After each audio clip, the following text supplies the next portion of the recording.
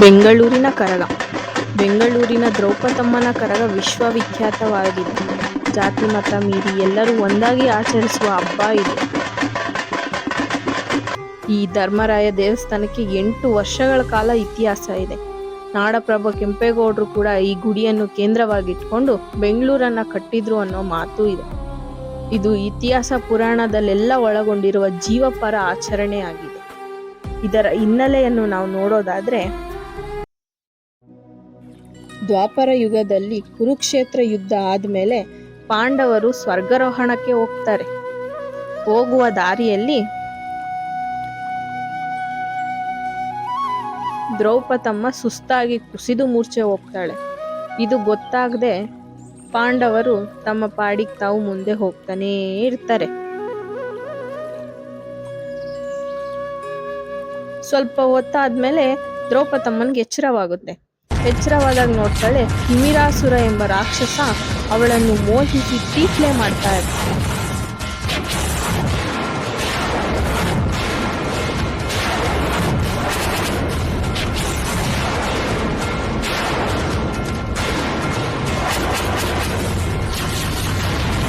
ಇದರಿಂದ ಕೋಪಗೊಂಡ ದ್ರೌಪದಮ್ಮ ಆದಿಶಕ್ತಿ ರೂಪ ತಾಳ್ತಾಳೆ.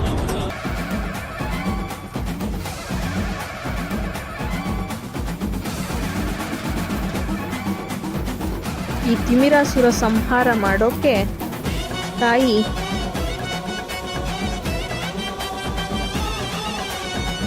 ತನ್ನ ತಲೆಯಿಂದ ಯಜಮಾನರನ್ನು, ಹಣೆಯಿಂದ ಗುಣಚಾರಿಗಳನ್ನು, ಕಿವಿಯಿಂದ ಗೌಡರನ್ನು, ಬಾಯಿಯಿಂದ ಗಂಟೆ ಪೂಜಾರಿಗಳನ್ನು ಮತ್ತೆ ಹೆಗಲಿನಿಂದ ವೀರಕುಮಾರನನ್ನು ಸೃಷ್ಟಿ ಮಾಡ್ತಾಳೆ. ಅವರೆಲ್ಲ ಸೇರಿ ಈ ತಿಮಿರಾಸುರನನ್ನು ಸಂಹಾರ ಮಾಡ್ತಾರೆ.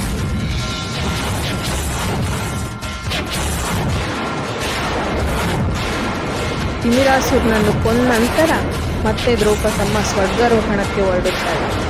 ಆಗ ಈ ಮಕ್ಕಳು ನಮ್ಮನ್ನು ಒಬ್ಬಂಟಿ ಮಾಡಿ ಹೋಗಬೇಡಿ ತಾಯಿ ಅಂತ ಬೇಡ್ಕೊಳ್ತಾರೆ. ತಾಯಿಯಾಗ, ಮಕ್ಕಳೇ, ನನ್ನನ್ನು ತಡೆಯಬೇಡಿ, ನಾನು ಹೋಗಲೇಬೇಕು. ಶ್ರೀರಕ್ಷಣೆ, ಭೂರಕ್ಷಣೆ ಹಾಗೂ ಗೋರಕ್ಷಣೆಗಾಗಿ ಸೃಷ್ಟಿಗೊಂಡಿರುವ ನೀವು ನಿಮ್ಮ ಕಾಯಕವನ್ನು ಮುಂದುವರೆಸಿಕೊಂಡು ಹೋಗಿ, ಶುಭವಾಗಲಿ ನಿಮಗೆ ಅಂತ ಆದೇಶ ಮಾಡಿ ಹೊರಟು ಹೋಗುತ್ತಾಳೆ. ಪ್ರತಿ ವರ್ಷ ಚೈತ್ರ ಮಾಸ ಚಿತ್ರ ಪೂರ್ಣಿಮೆಯ ದಿನ ಭೂಮಿಗೆ ಬಂದು 3 ದಿನಗಳ ಕಾಲ ನಿಮ್ಮ ಜೊತೆ ಇರುತ್ತೇನೆ ಅಂತ ಆಶೀರ್ವಾದ ಮಾಡುತ್ತಾಳೆ. ಆ 3 ದಿನಗಳೇ ಬೆಂಗಳೂರು ಕರಗ ಹಬ್ಬದ ದಿನಗಳು.